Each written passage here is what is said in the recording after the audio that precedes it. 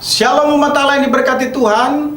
Dimanapun Anda berada, saya percaya kebaikan, kemurahan kasih sayang Tuhan selalu menyertai bersama dan tidak pernah meninggalkan kita anak-anaknya. Kembali bersama dengan saya Pendeta Dr. Hanas DTH dalam program Re-Ministry. Kita akan mendengarkan firman Allah yang sejuk, yang membuat kita semakin bertumbuh, berakar dan berbuah di dalam Kristus Yesus Tuhan kita. The best time, waktu terbaik. Ini adalah merupakan seri khotbah yang kedua. Di seri khotbah pertama, kita perlu mengingat kembali bahwa the best time, waktu terbaik, khususnya terkait dengan waktu terbaik untuk Tuhan adalah keintiman atau bersekutu dengan Tuhan. Keintiman atau bersekutu dengan Tuhan merupakan kunci mengalami pertolongan Tuhan. Bersekutu dengan Tuhan merupakan kunci mengalami kemuliaannya. Bersekutu dengan Tuhan merupakan kunci diberkati secara finansial. Pada kesempatan ini di sesi yang kedua, kita akan berpikir, berbicara, merenungkan bersama-sama terkait dengan waktu terbaik untuk keluarga. Waktu terbaik untuk keluarga ini lebih kepada penekanan keakraban. Yang pertama, waktu untuk keluarga berorientasi mendidik anak. Amsal 13 ayat 24 berkata, "Siapa tidak menggunakan tongkat, benci kepada anaknya. Tetapi siapa mengasihi anaknya, menghajar dia pada waktunya." Alkitab mengarahkan orang tua untuk mendisiplin anak-anak mereka dengan tongkat sepanjang masa pertumbuhan anak tersebut. Memukul anak hanya boleh dilakukan manakala si anak dengan sengaja tidak mau taat atau memberontak. Tujuan pukulan hanyalah untuk menyediakan atau menghilangkan kebebalan, menghilangkan pemberontakan, memberikan hukuman, pembelajaran, dan sikap tidak hormat kepada orang tua.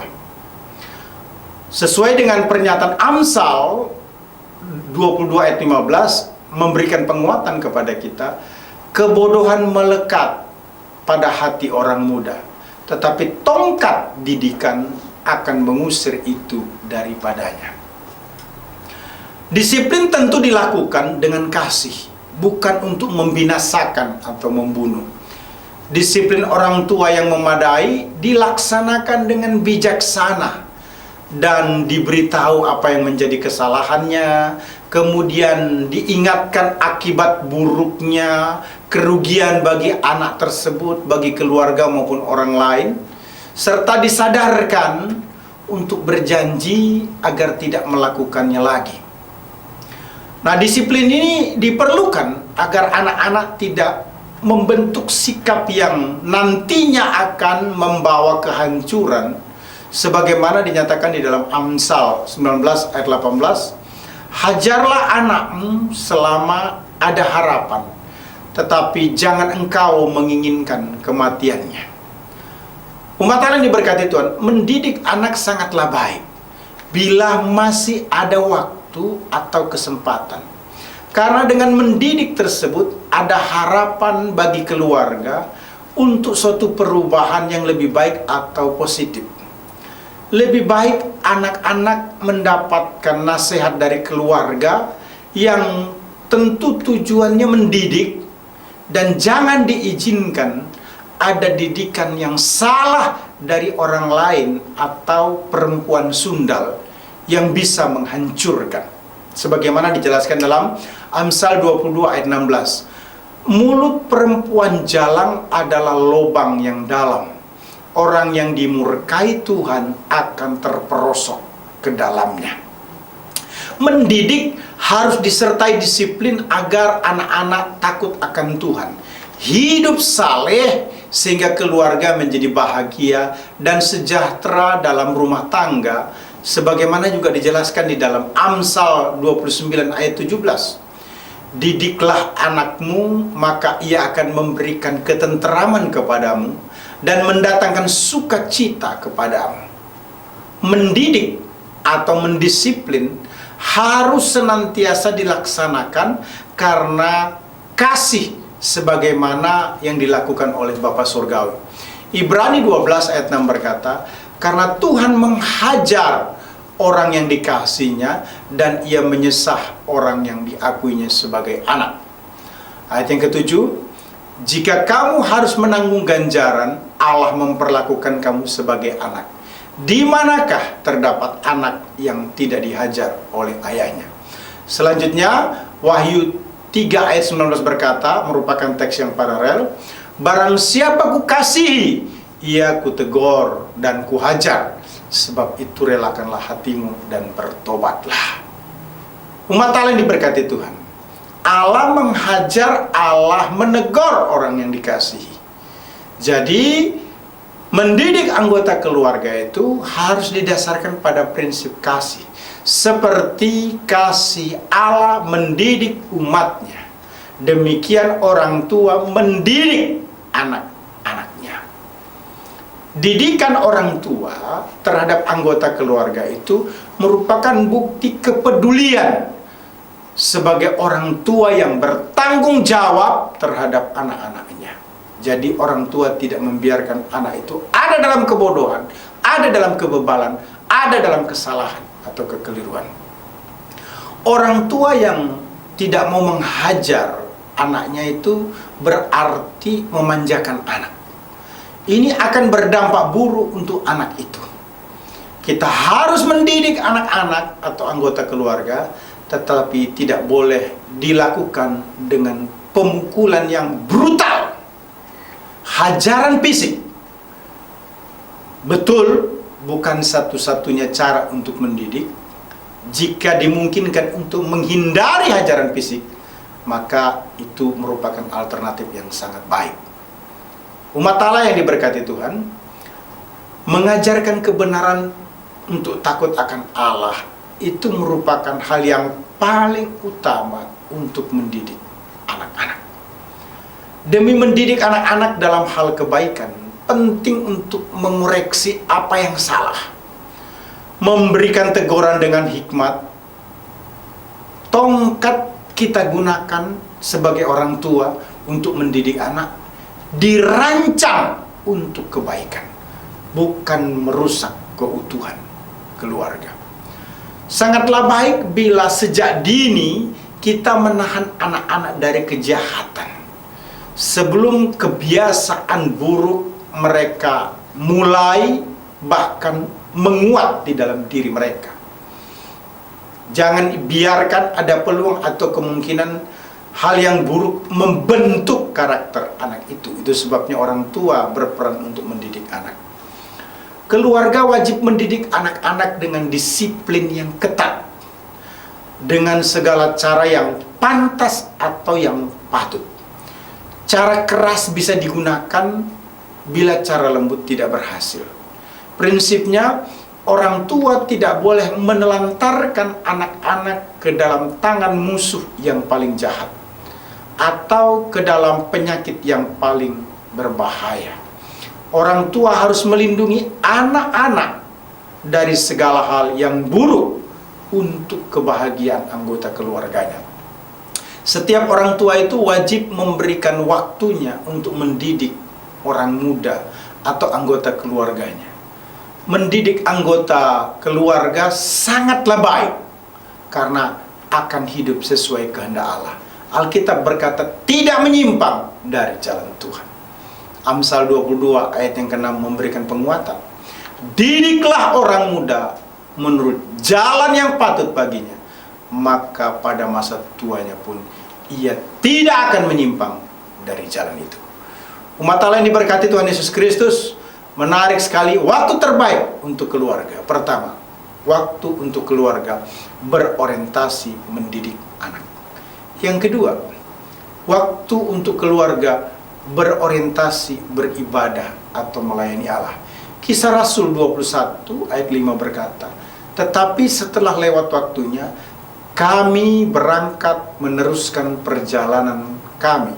Murid-murid semua dengan istri dan anak-anak mereka mengantar kami sampai keluar kota, dan di tepi pantai kami berlutut dan berdoa. Ketika Paulus dan rekan-rekan berlabuh di Tirus, Paulus beristirahat sejenak, sebab kapal yang mereka tumpangi memerlukan waktu 7 hari untuk bongkar muatan. Beberapa orang murid berada di Fenisia karena penganiayaan yang terjadi sesudah kematian Stefanus, sebagaimana dijelaskan dalam Kisah Rasul 11 ayat 19. Sementara itu banyak saudara-saudara telah tersebar karena penganiayaan yang timbul sesudah Stefanus dihukum mati. Mereka tersebar sampai ke Fenisia, Siprus, dan Antioquia. Mereka memberitakan Injil kepada orang Yahudi saja. Jadi Paulus pun mengunjungi murid-murid tersebut. Nah, Paulus setelah mendapati murid-murid di Tirus, tinggal di situ 7 hari lamanya, karena mereka mendesak Paulus untuk tinggal bersama-sama mereka selama Paulus bisa. Nah, sebelumnya ia tinggal selama 7 hari di Troas, dijelaskan dalam Kisah Rasul 20 ayat 6 ya.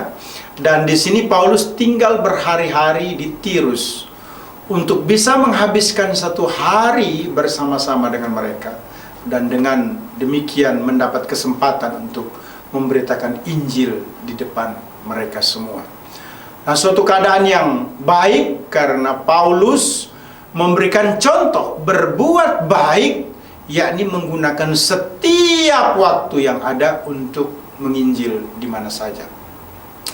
Dalam pelayanan Paulus tersebut ada beberapa orang yang melalui bisikan roh mengungkapkan bahwa Paulus akan menghadapi bahaya yang besar di Yerusalem.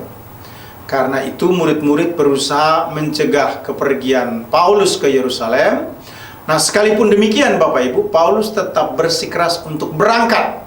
Seluruh jemaat ikut mengantar Paulus ke kapal, dan sesudah memanjatkan doa bersama di tepi pantai, Paulus dan rekan-rekannya berlayar kembali. Nah, kita ketahui bahwa Paulus dalam pelayanan ternyata tidak sendirian, namun didampingi oleh murid-muridnya dan keluarga lainnya. Menarik sekali, istilah kami dalam teks Kisah Rasul 21 ayat yang kelima menekankan adanya ikatan kekeluargaan. Paulus dan rekan-rekan berlabuh di Tirus disebut dengan kata ganti kami. Artinya ada waktu kebersamaan yang terjalin begitu kuat sehingga bisa melayani bersama-sama. Murid-murid bersama istri dan anak-anak memberi waktu untuk mengantar kami, yaitu Paulus dan rekan-rekannya, sampai keluar kota, juga menunjukkan adanya ikatan batin yang kuat untuk tetap ada dalam kebersamaan mendukung pelayanan Paulus dan timnya. Sebagai keluarga dalam Tuhan, saudara-saudara, maka hubungan batin atau kerohanian harus saling memperkuat, harus saling menguatkan. Kita sebagai keluarga Allah harus menghormati hamba-hamba Tuhan yang melayani kita, yang menjaga kita di dalam Tuhan, yang memperingatkan kita karena kepentingan pelayanan. Maka kita harus menghormati para pelayan Tuhan dengan kasih, mengunjungi dan menemani dalam konteks kebersamaan dalam pelayanan. Jadi sangat baik mendidik anak-anak untuk hormat kepada orang-orang baik dan hamba-hamba Tuhan yang baik. Nah, contoh kebersamaan Paulus dan murid-murid di Tirus ini merupakan hal yang khusus, luar biasa, yang tidak dijumpai di tempat yang lain, bahwa murid-murid membawa serta istri-istri dan anak-anak mereka untuk mengunjungi Paulus, untuk menghormati dengan lebih lagi dan mendapat manfaat dari ajaran-ajaran serta doa-doa Rasul Paulus. Kita harus pandai-pandai memanfaatkan kesempatan yang ada untuk memperkuat ikatan batin atau rohani, seperti yang dilakukan murid-murid dan keluarganya terhadap Paulus. Nah, kebersamaan yang baik dalam keluarga menyatukan dalam doa, seperti yang terjadi pada Paulus dan rekannya. Kisah Para Rasul 21 ayat 5 menyatakan, di tepi pantai kami berlutut dan berdoa. Paulus berdoa bagi dirinya sendiri, bagi mereka dan bagi semua jemaat. Sama seperti ia banyak berdoa, demikian pula ia kuat berdoa. Nah, mereka berdoa di tepi pantai supaya perpisahan terakhir mereka dikuduskan dan dikuatkan dengan doa. Orang yang hendak berlayar ketika bertolak haruslah menyerahkan diri kepada Allah di dalam doa. Dan itu dilakukan oleh Paulus bersama dengan murid-muridnya. Umat Allah yang diberkati Tuhan Yesus Kristus. Menarik sekali bahwa mereka berlutut di tepi pantai meskipun ada batu ataupun mungkin hal-hal yang kotor pada waktu itu, tetapi mereka berdoa. Nah, Paulus ingin menekankan pentingnya berdoa di mana saja, tidak dibatasi oleh situasi ataupun kondisi. Umat Allah yang diberkati Tuhan, kita harus menyediakan waktu khusus untuk keluarga agar hubungan batin menjadi kuat sehingga tetap beribadah atau melayani Allah. Yosua 24 ayat 15 sangat menarik untuk kita perhatikan, khususnya pada bagian yang terakhir. Teks itu berkata demikian, tetapi aku dan seisi rumahku, kami akan beribadah kepada Tuhan. Umat Allah yang diberkati Tuhan, waktu terbaik untuk keluarga dibuktikan melalui adanya keakraban. Keluarga yang akrab, pertama, menggunakan waktu keluarga yang berorientasi mendidik anak-anak. Kedua, waktu untuk keluarga berorientasi beribadah atau melayani Tuhan. Haleluya! Tuhan memberkati. Immanuel. Amin. Kau tetap selamanya